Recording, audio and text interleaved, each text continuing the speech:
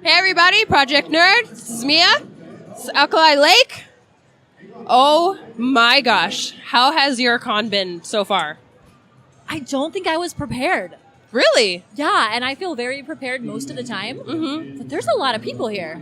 There is. Yeah. There is. I've been told this is one of the larger cons. This isn't my first time being here. So I was very, very excited to come. But I was telling her before we got started that I'm absolutely geeking out over her because I've heard about her for such a long time. And I'm just like, oh! So that is me right now. That's me so right weird. now. How long have you been cosplaying? Okay, so I've been cosplaying, or I say I came out of the cosplay closet in 2013 because I didn't know what it was. I actually just wasn't aware. But I've been a special effects makeup artist and costumer for like 15 years. Oh, wow. Okay. That's nice. What was your first cosplay? My first cosplay was Poison Ivy, and it was a store-bought Amazon thing that I just like stitched and made my own. Yeah. So I totally morphed it into something else, but that's where it all started. Yes. Well, I imagine, like most cosplayers, you start with characters you love. Has there ever been a time where you cosplayed a character because you felt like, okay, this character is big right now, so I should do something like that? Yes, I call that the curse of the cosplayer. Like, we start off doing things we love, and then sometimes we get caught in content. Like, we have to keep delivering to stay relevant. And so we look ahead at, like, what's coming out? What's going to be popular? Yeah. And I love Wonder Woman. And so I recently did a Cheetah cosplay because she's going to be in the new film. Oh! Yes. I didn't know that. Yes. I didn't know but that. I love it, so it was okay. Okay. But, like, yeah, I've done things before where I'm like, I should probably bring this out. Or I did a Big Bang cosplay with my best friend, Zabricus. We were Leonard and Sheldon, which is so silly. But because it was relevant at the time and cool. Yeah. That is absolutely amazing. I think that's something that a lot of people misunderstand about cosplayers. That, this is their profession. So, excuse me. So they have to do what's relevant, but they forget this is love. That's where it starts with. You love these characters. Right. I try not to, like, people will ask me, one thing I won't do, and this is different with every cosplayer, it doesn't mean it's wrong or right, but, like, one thing I won't do, I won't cosplay a character I don't know a thing about, or a character from a game I don't play. Right. It's just my personal thing, because I feel, and not everyone feels this way, but I feel like when someone walks up and asks me about it, or if they geek out about the character, I want to be able to geek out with them. Yeah. And if I'm like, nah, I just thought it was pretty, it doesn't work for me. Yeah. So if I won't ever do it if I don't love it, but I may do it because it's relevant. Okay. I guess. I can definitely appreciate that. Yeah. I can definitely I did a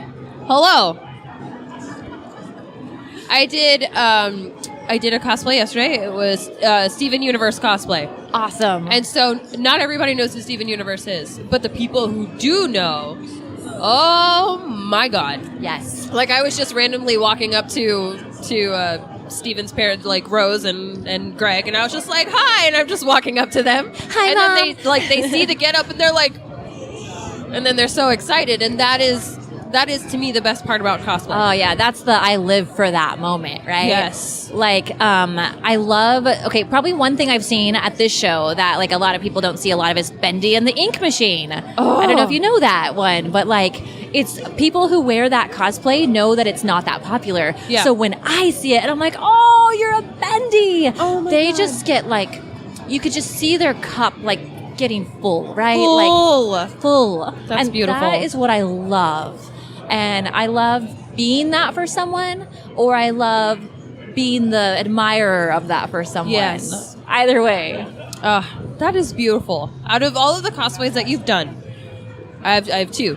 Which was the hardest you've ever made, and which is one that you just loved so much you almost don't want to wear it because you want to just keep it as immaculate as possible?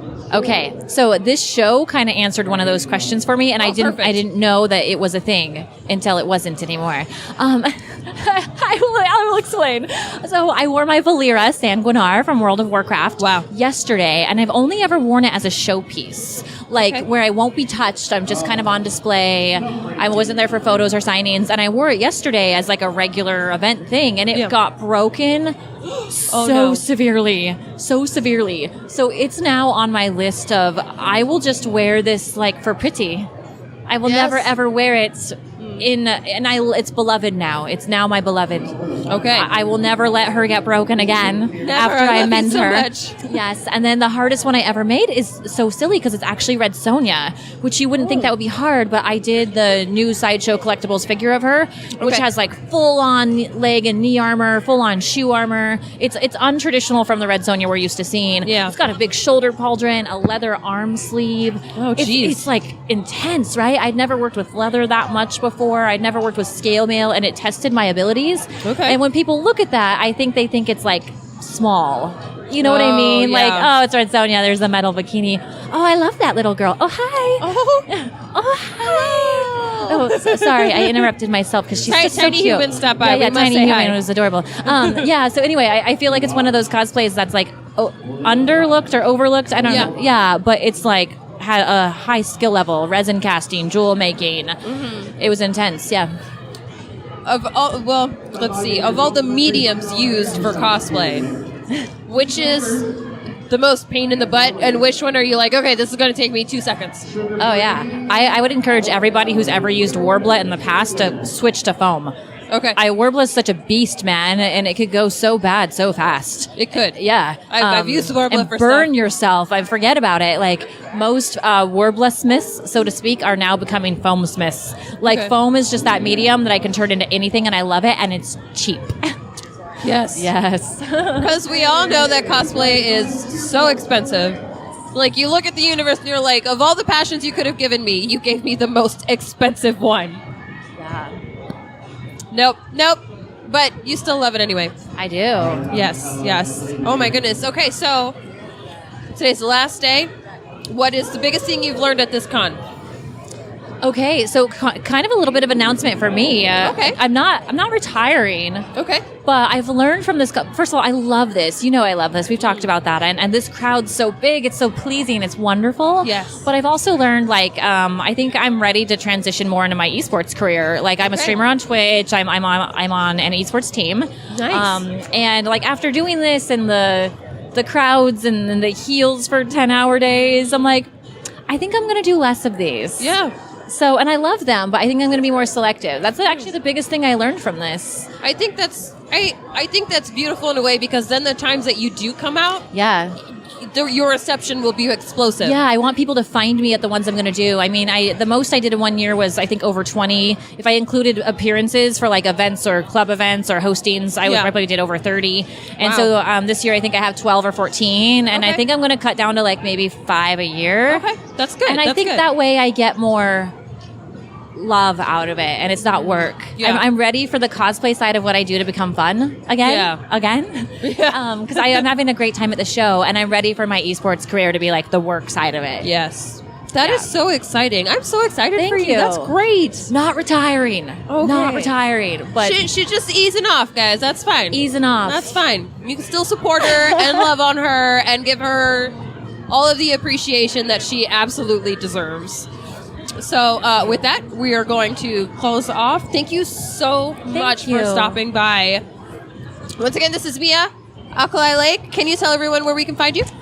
You can find me most often on Twitch. I stream 5 days a week, like 150 hours a month on Nice. Twitch at Alkali Layke. Social media, Facebook and Instagram as Alkali Layke as well. Perfect. Thank you so much. Bye, guys.